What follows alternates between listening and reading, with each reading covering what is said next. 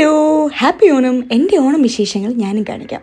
ഞങ്ങളങ്ങനെ ഉത്രാടപ്പാച്ചിലിന് രാത്രി പാഞ്ഞ് പച്ചക്കറി മേടിക്കാൻ വേണ്ടി ഫോറം മാളിലെ ലുല്ലുവിൽ കയറി.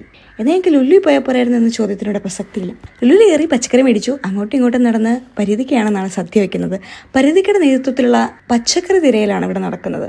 പിന്നെ ബില്ലിങ് വന്നു. കുറേ പച്ചക്കറി എടുത്തതേ ഓരോന്നോരോന്നായി പറഞ്ഞു വെക്കുന്ന കണ്ടു. മാളചേച്ചിയും പരിധിക്കുമാണ് പച്ചക്കറിക്ക് ബില്ലടിക്കുന്നത്. ശേഷം അങ്ങോട്ടും ഇങ്ങോട്ടും ട്രോളിയിൽ വെച്ച് നടന്നു. അതിനുശേഷം ഞങ്ങൾ ഓരോരുത്തരായി ഇറങ്ങി ഫോറം മാളിലെ ഫുഡ് കോർട്ടിൽ പോയി ഭക്ഷണം കഴിച്ചു. കൊണ്ടുവച്ചേക്കുന്നതല്ല, എനിക്ക് തിന്നാനാണെന്നാണ് ഇവർ പറയുന്നത്. ഇത്രയൊക്കെ തിന്നാൻ ഞാൻ ആരായിട്ടാ എന്ന് ഞാൻ ചോദിച്ചെങ്കിലും അവസാനം ഞാൻ അതിഗംഭീരമായി കഴിച്ചു കഴിഞ്ഞിരുന്നു. അത് കഴിഞ്ഞ് പിറ്റേ ദിവസം രാവിലെ തന്നെ എണീറ്റ് പരീതിക്ക പാചകം ചെയ്യാൻ തുടങ്ങി. ആ കറുത്ത ടീഷർട്ട് പുള്ളി അദ്ദേഹമാണെന്ന് പാചകം ചെയ്യുന്നത്. അതിനുശേഷം ബ്രേക്ക്ഫാസ്റ്റ് റെഡിയാക്കി. അതും പരിധിക്കട തന്നെ, എന്താ ചെയ്യാ. അതിനുശേഷം നമ്മള് പതുക്കെ പൂ മേടിക്കാനും ഇല വെട്ടാനും പായസം മേടിക്കാനും പോയി. ഞങ്ങൾ പൂ മേടിക്കാൻ പോവാണ് ഗൈസ്.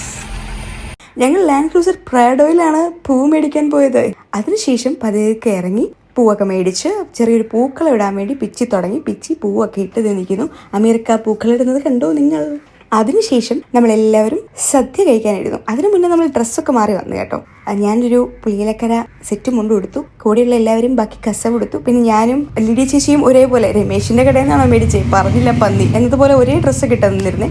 അതിനുശേഷം പിള്ളേരോടെ കുറച്ചു നേരം ഫുട്ബോൾ കളിച്ചു. സദ്യ ഉഷാറായ സദ്യക്ക് ശേഷം ഒന്ന് ദേഹം അനങ്ങാൻ വേണ്ടി ഫുട്ബോൾ കളിച്ചു. അങ്ങനെ അന്നത്തെ ദിവസം വൈൻഡപ്പ് ചെയ്തു ദേഹമേനയൊക്കെ കാരണം. Okay, by.